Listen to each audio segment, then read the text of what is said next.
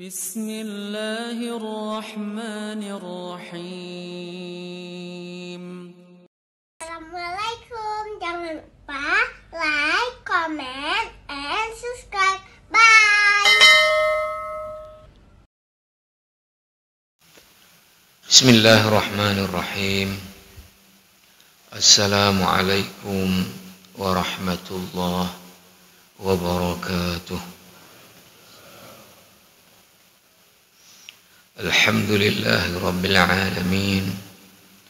Wassalatu wassalamu ala sayyidil mursalin Nabiyyina Muhammadin wa ala alihi wa ashabihi ajma'in. Amma ba'd. Usikum wa iyaya nafsi bitaqwallah. Faqad fazal muttaqun wa khasiral fasiqun. Hadirin, hadirat sidang jamaah salat subuh dimuliakan Allah. Alhamdulillah, kita baru saja dapat melaksanakan salat subuh kita di awal waktu secara berjamaah di rumah Allah yang mulia ini, di mana pada saat yang sama masih banyak saudara-saudara kita masih dalam keadaan tidur, sehingga salatnya tidak di awal waktu dan tidak berjamaah. Masih banyak juga saudara-saudara kita yang tidak salat subuh. Alhamdulillah, Allah beri kita kefahaman, keyakinan akan keutamaan salat-salat fardu kita kerjakan di awal waktu, berbanding bukan awal waktu. Bagi kita laki-laki, keutamaan salat-salat fardu kita kerjakan berjamaah daripada kita kerjakan sendiri-sendiri, dan keutamaan berjamaah di masjid daripada tempat-tempat lainnya. Alhamdulillah, selesai dari salat kita masih ada waktu, ada kesempatan untuk kita duduk dalam halaqah majelis ilmu syariat, halaqah yang kita diminta oleh Allah melalui Nabi sallallahu alaihi wasallam untuk kita manfaatkan dengan sebaik-baiknya. Para jamaah yang mulia, kita masih melanjutkan pengantar kepada kajian fikih. Yang lalu kita membahas tentang karakteristik dan kelebihan daripada syariat Islam. Sekarang kita mulai masuk kepada pembahasan al-fiqhul islami, ta'rifuhu wa mawdu'atuhu wa khasaisuhu wa adwaruhu. Kita akan masuk membahas sekarang tentang fikih. Apa definisi fikih, kemudian ruang lingkup kajian fikih apa, kemudian karakteristik daripada fikih seperti apa, dan sejarah perkembangan fikih itu sampai sekarang seperti apa. Jamaah rahimakumullah, maka dimulai pembahasan. Yang pertama tentang fikih adalah al-mabhathul awwalu ta'riful fiqhi wa khasaisuhu wa alaqatuhu bisyari'ah wa mawdu'atuhu. Definisi fikih, kemudian karakteristik fikih, hubungan fikih dengan syariat, dan juga ruang lingkup kajian fikih. Yang pertama adalah ta'riful fiqhi. Al-fiqhu fil lughati, pertama fikih secara bahasa, artinya kalau kita buka kamus Arab, dari Arab ke Arab, kita cari kata al-fiqh, maka akan ketemu maknanya adalah huwa al-fahmu wa husnul idraki wal ilm. Dia adalah pengetahuan terhadap sesuatu. Jadi fikih secara bahasa adalah pemahaman atau pengetahuan. Maka kalau disebut misalnya fikih Syafi'i, pemahaman Imam Asy-Syafi'i terhadap teks-teks Al-Quran dan hadis yang berkait dengan hukum syariah yang bersifat amaliyah. Jamaah rahimakumullah, maka disebutkan di sini wal faqihu wal alimu. Nah, sebetulnya ya pada penggunaan secara kata, orang yang faqih itu dia berarti orang yang alim di bidang apapun. Orang yang paham kepada sesuatu itu disebut faqih secara bahasa. Thumma ghalaba dzalika ala ilmi syariati. Dalam perkembangan perjalanannya itu umumnya penggunaan kalau disebut tentang fikih atau faqih itu tentang ilmu syariah, tidak fisika, tidak kimia, tidak matematika atau teknologi atau apa. Ya, tapi pada dasar secara bahasa orang yang alim dalam sesuatu itu secara bahasa adalah dia faqih. Faqihu fizia misalnya, itu orang alim di dalam fisika. Faqih teknologi misalnya, dia alim teknologi. Faqihul iqtisad, dia adalah alim di ekonomi. Tapi kemudian dalam perjalanannya lebih umum kalau disebut kata faqih itu orang yang alim di ilmu syariah. Maka jamaah rahimakumullah, fal fiqhu huwa ilmu syariati wal faqihu huwa al alimu bi ahkami syariah. Itu dalam penggunaan belakangan. Maka jamaah rahimakumullah disebutkan lagi qala Ibnu Faris rahimahullahu taala. Ini semua tadi diambil dari, ada footnote-nya, dari Kamus Lisanul Arab, dari Kamus Al-Mu'jam Al-Wasit. Sekarang diambil dari pernyataan Ibnu Faris yang membuat kitab namanya Mu'jam Maqayis Al-Lughah. Mu'jam Maqayis Al-Lughah. Kata beliau apa? Bahwa ya al-fa wal qaf wal ha aslun wahidun sahih yadullu ala idraki syai' wal ilm bihi. Bahwa fikih itu kata fa qaf ha ini menunjukkan kepada makna adalah idraku syai' wal ilm bihi, pengetahuan terhadap sesuatu. Itu disebut dengan fikih. Taqulu faqihtul haditha afqahuhu. Jadi kalau orang mengatakan faqihtul haditha, saya pahami ya hadis tersebut atau pembicaraan tersebut. Wa kullu ilmin bi syai'in fa huwa fiqhun. Sebetulnya secara bahasa pengetahuan terhadap sesuatu itu secara bahasa artinya adalah fikih. Lalu disebutkan beliau juga adalah kemudian thumma ukhtussa bidzalika ilmu syariah. Lalu kemudian penggunaannya dalam perjalanan waktu itu dikhususkan kepada ilmu syariah. Kemudian jamaah rahimakumullah, wa ammal fiqhu fil istilah. Nah, adapun dalam definisi istilah yang disusun oleh para ulama di bidangnya, faqad kana fi sadril Islam, yakni, nah kata fikih dan kemudian orangnya faqih pada periode awal Islam, dalam hal ini periode Rasulullah, periode sahabat, awal periode tabi'in, baru nanti di pertengahan periode tabi'in.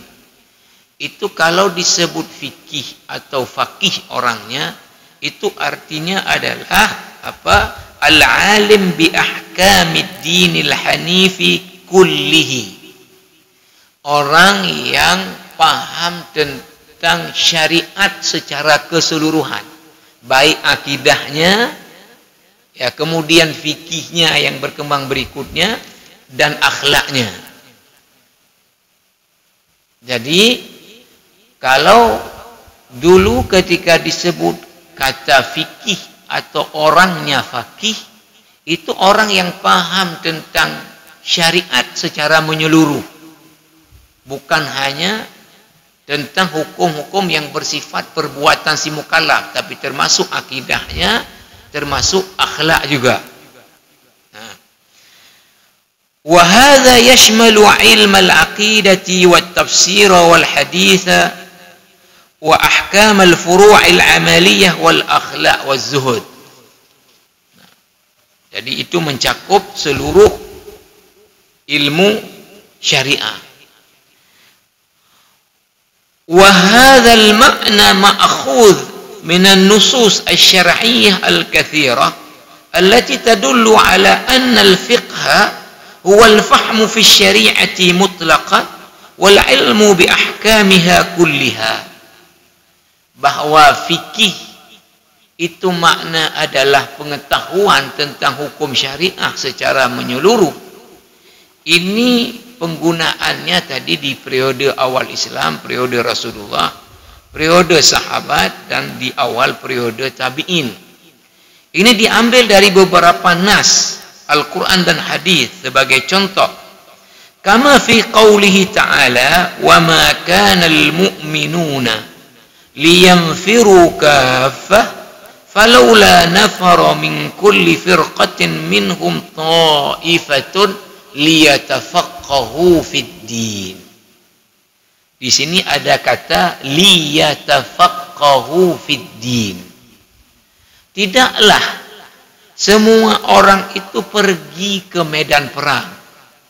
Hendaklah ada dari setiap komunitas itu sejumlah orang yang mengkhususkan diri tidak pergi ke medan perang, tapi apa? Mendalami agama. Nah, yang dimaksud tafaqquh fid din di sini adalah termasuklah syariahnya, termasuklah kemudian hukum-hukum yang bersifat amaliyah dari perbuatan mukallaf yang kemudian disebut dengan fikih belakangan ini, kemudian termasuklah tentang akhlak. Kemudian dalam hadis misalnya, wa qauluhu sallallahu alaihi wasallam, man yuridillahu bihi khairan yufaqqihhu fid din. Siapa yang dikehendaki oleh Allah dia menjadi baik atau kebaikan kepada seseorang, maka Allah pahamkan orang itu agama. Yang sudah kita bahas yang lalu, bukan makna pahamkan dengan duduk datang sendiri kepahaman. Bukan, artinya Allah bukakan jalan dia untuk kemudian dia menuntut ilmu agama. Allah mudahkan jalan dia, Allah beri dia hidayah untuk menuntut ilmu agama. Nah, di sini makna yufaqqihhu fiddin itu bukan ahli fikihnya saja, bukan belajar fikih saja, tapi belajar akidah, belajar fikih yang kemudian belakangan belajar kemudian akhlak juga. Jadi belajar ilmu syariah secara menyeluruh. Ini jamaah rahimakumullah. Kemudian dalam hadis yang lain, nadzarallahu imra'an sami'a minna haditsan فحفظه حتى يبلغه غيره فرب حامل فقه إلى من هو أفقه منه ورب حامل فقه ليس بفقيه.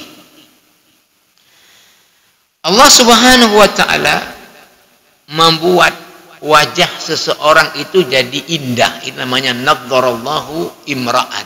Tapi maknanya apa? Artinya Allah memuji, ya. Seseorang sami'a minna haditsan, kata Nabi, mendengar dari kami satu hadis. Lalu apa? Fahafizahu, dia hafal hadis itu. Hatta yuballighahu ghairahu, sampai dia kemudian sampaikan lagi hadis itu ke orang lain. Farubba hamili fiqhin ila man huwa afqah minhu. Ya. Berapa banyak orang yang membawa tadi satu daripada syariah ini kepada orang yang lebih paham. Satu hadis misalnya dia sampaikan ke orang lain, yang orang dia sampaikan itu lebih paham daripada dia. Wa rubba fiqhin atau hamili fiqhin laisa bifaqih.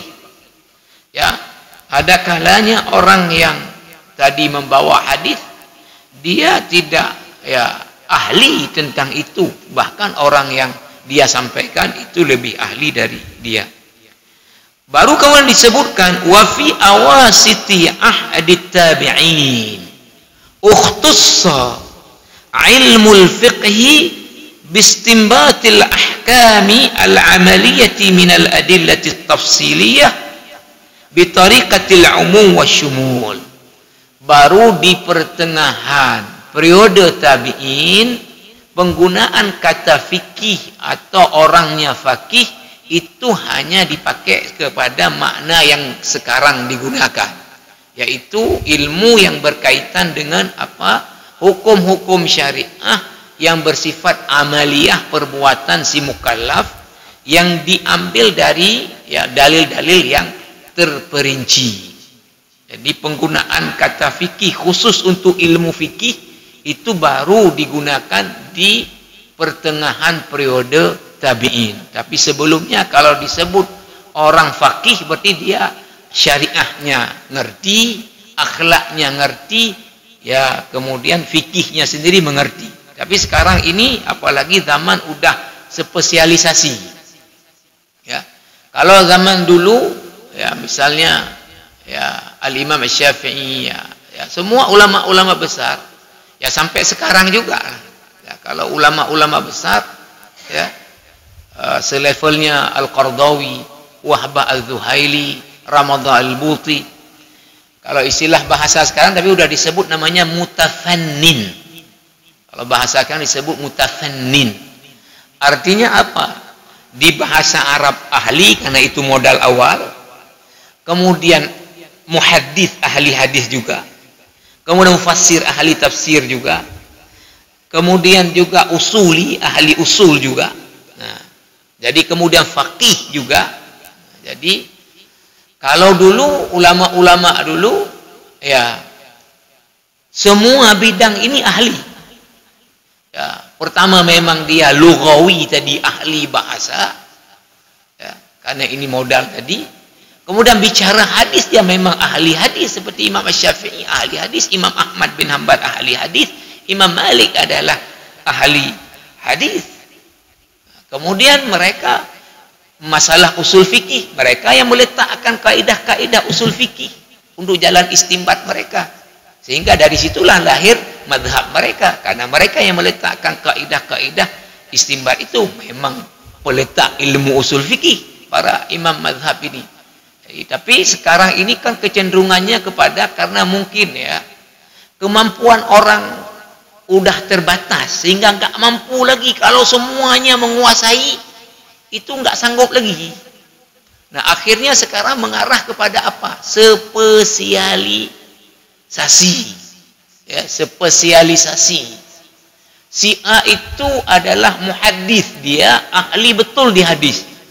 Kalau kita tanya usul dia kurang ngerti. Mengerti secara umum tapi detail biasanya enggak. Karena dia udah khusus membaca hanya dan mengkaji hari-hari tentang tadi hadis.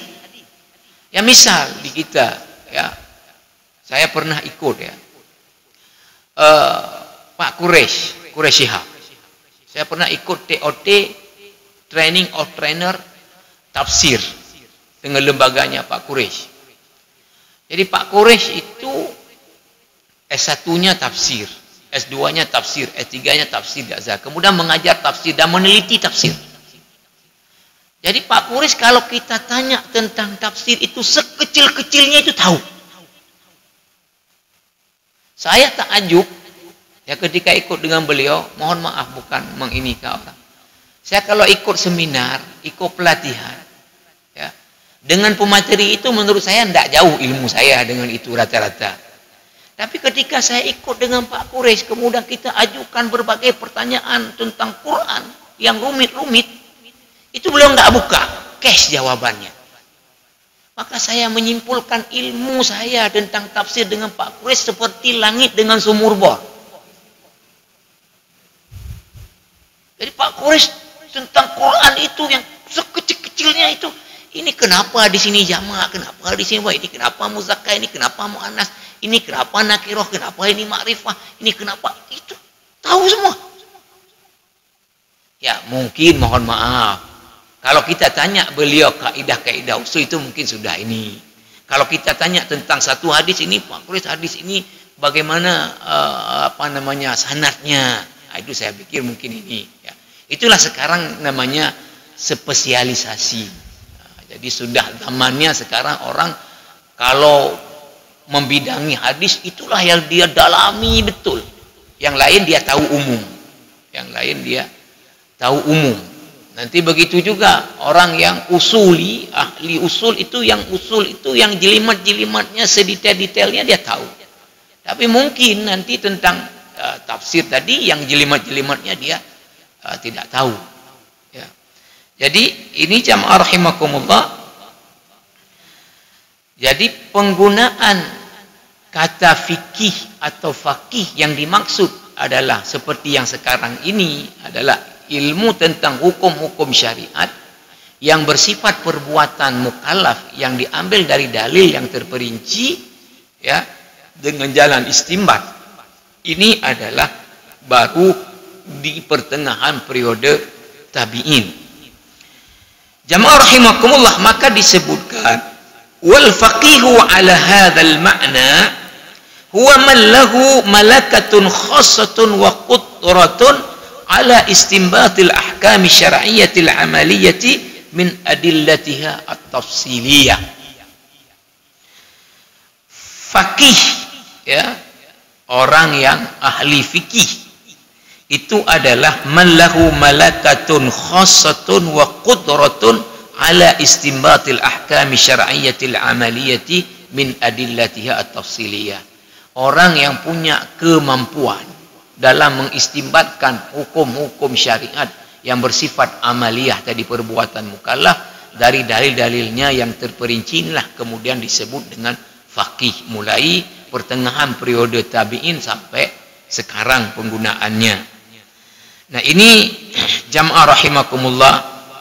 Nah, selanjutnya akan kita bahas, nah ini poin penting. Khasaisul fiqhi wa alaqatuhu bisyariatil islamiyah. Apa ciri fikih itu dan bagaimana hubungannya dengan syariat? Di sini dijelaskan lagi al-fiqhu fi ma'nahu al-asli wa 'inda ulama'i sadr al-awwal min al-islam kama marra fi ta'rifihi muradifun li ma'na syariatil islamiyah يتناول أحكام الدين كله بعقائده وأحكامه العملية وآدابه وأخلاقه ثم خص بعد ذلك عند المتأخرين من أهل العلم بالعلم بالأحكام الشرعية العملية. Sebagaimana dijelaskan tadi bahwa fikih itu pada awal periode Islam itu digunakan untuk pengetahuan terhadap hukum syariat secara menyeluruh, baik akidahnya, kemudian hukum-hukum yang terkait dengan perbuatan seorang mukallaf dan juga tentang akhlak. Kemudian baru tadi di pertengahan periode tabi'in digunakan khusus untuk pengetahuan tentang hukum-hukum syariat yang bersifat amaliyah atau perbuatan si mukallaf yang diambil dari dalil-dalil yang terperinci. Wabittali fa innal fiqha yattafiqu ma'a syari'ah fi katsirin minal khasa'is allati sabaqa dzikruha lisyari'atil islamiyah wa yaftariqani fi ba'dil umur ahammuha ma yali. Jadi ada sejumlah artinya aspek yang antara fikih dan syariah ini ada kesamaan, tetapi juga ada perbedaan antara keduanya di beberapa hal. Di antara yang terpenting adalah sebagai berikut. Apa perbedaan syariah dengan fikih? Yang pertama, al-awwal anna syari'ata a'ammu minal fiqh. Nah, ini tentu yang pertama bahwa syariah itu lebih umum dia daripada fikih. Ini dalam penggunaan tadi setelah periode pertengahan tabi'in sampai sekarang. Jadi kalau syariah mencakup akidahnya, mencakup ya fikihnya, mencakup akhlak. Seluruh daripada tuntunan Allah dan Rasulnya itu adalah syariah. Tetapi kalau disebut fikih, ya sekarang ini hanya tentang hukum-hukum terkait dengan perbuatan tadi si mukallaf. Fahiya tashmal ahkam ad-din. Tadi semuanya mencakup seluruh aspek hukum-hukum Allah Subhanahu wa taala, baik akidahnya, kemudian fikihnya dan akhlaknya. Ammal fiqh fa huwa khassun bil ahkamil amaliyah. Nah, dan fikih dalam penggunaan belakangan tadi khusus tentang hukum-hukum yang terkait dengan perbuatan mukallaf.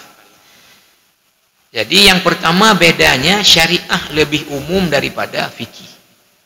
Yang kedua, ats-tsani asy-syari'atu kulluha haqqun wa shawabun muntazahatun 'anil khata'i wat tahrif. Amma al-fiqhu faminhu al-haqqu as-shawabu wa minhu al-khata'u. Nah, ini penting.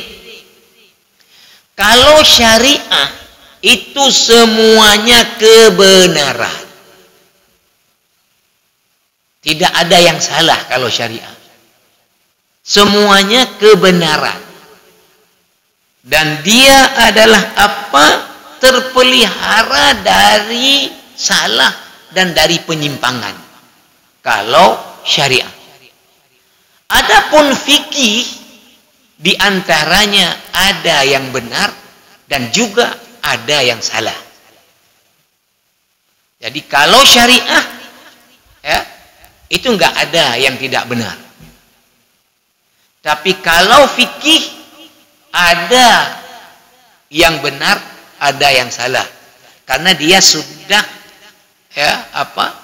Tadi keterlibatan ya manusia dengan ilmu yang dia miliki di dalam menginterpretasi apa maunya Allah daripada pesannya. Apa maunya Rasulullah daripada pesannya. Maka nanti menurut Abu Hanifah maksudnya ini. Menurut Imam Syafi'i maksudnya begini. Menurut Imam Malik maksudnya begini. Menurut Imam Ahmad maksudnya begini. Nah, maka kalau fikih ya, itu tidak ya, absolut kebenarannya. Ada peluang untuk kemudian salah. Karena yang menginterpretasi itu adalah bukan orang yang maksum, yang dijamin tidak salah. Maka dilanjutkan apa disebutkan di sini? Dzalika anna katsiran minal ahkamil fiqhiyyati ijtihadiyah. Itu disebabkan karena kebanyakan fikih itu hasil interpretasi. Hasil interpretasi. Ijtihad itu kalau dalam istilah usul fikih adalah apa? Ya, saya tidak tahu interpretasi itu diartikan seperti apa. Ya, kalau sederhananya adalah tadi memahami lalu apa namanya? Menerjemahkan maksud dari satu teks itu namanya ini. Tapi kalau ijtihad dalam istilah usul adalah apa? Mengeluarkan segenap kemampuan, badlul wus'i. Ya. Kemampuan apa? Keilmuan pertama sebagai syarat untuk boleh berijtihad. Jadi ijtihad ini enggak boleh dilakukan oleh sembarangan orang. Harus orang yang memenuhi kualifikasi dia secara keilmuan untuk berijtihad. Ya, itu ada apa saja ilmu yang mesti dia miliki untuk boleh berijtihad. Dia keluarkan segenap kemampuan keilmuan. Yang kedua, tenaga. Dia curahkan tenaga dia. Ya, untuk apa? Untuk tadi mengistimbatkan ya satu hukum atau hukum-hukum syariat dari dalilnya terperinci. Jadi kalau disebut ijtihad itu dalam ya fikih Enggak main-main, enggak model langsung menurut lo lagi ngoju, mah dalil pun pokoknya menurut lo ya, bukan ijtihad itu namanya. Ya. Jadi kalau ijtihad itu pertama hanya orang yang punya kualifikasi boleh berijtihad. Orang awam enggak boleh berijtihad. Ya. Yang kedua dia memang curahkan segenap kemampuan keilmuannya. Jadi ketika ditanyakan dia, kenapa Anda mengatakan ini haram? Nah, karena ini dalilnya ini. Ya. Di sini ada apa an-nahyu sirahnya. Nah, kalau nahyu maka berarti dia apa namanya? Makna asli daripada an-nahyu adalah litahrim. Kecuali dalil yang lain menunjukkan bukan kepada makna at-tahrim. Sementara sudah saya telaah di berbagai ini tidak ada makna selain kepada makna at-tahrim. Maka kesimpulannya adalah begini. Tidak tadi kemudian apa? Ya, apakah menang? Pokoknya menurut lo menang. Ya itu bukan ijtihad. Ya. Jadi kenapa fikih itu tidak semuanya benar? Karena sebahagian besar daripada fikih itu hasil ijtihad. Maka kalau hasil ijtihad apa masalahnya? Wal mujtahidu qad yusibu wa qad yukhti'u. Nah, ini yang harus dipegang ya. Terima kasih.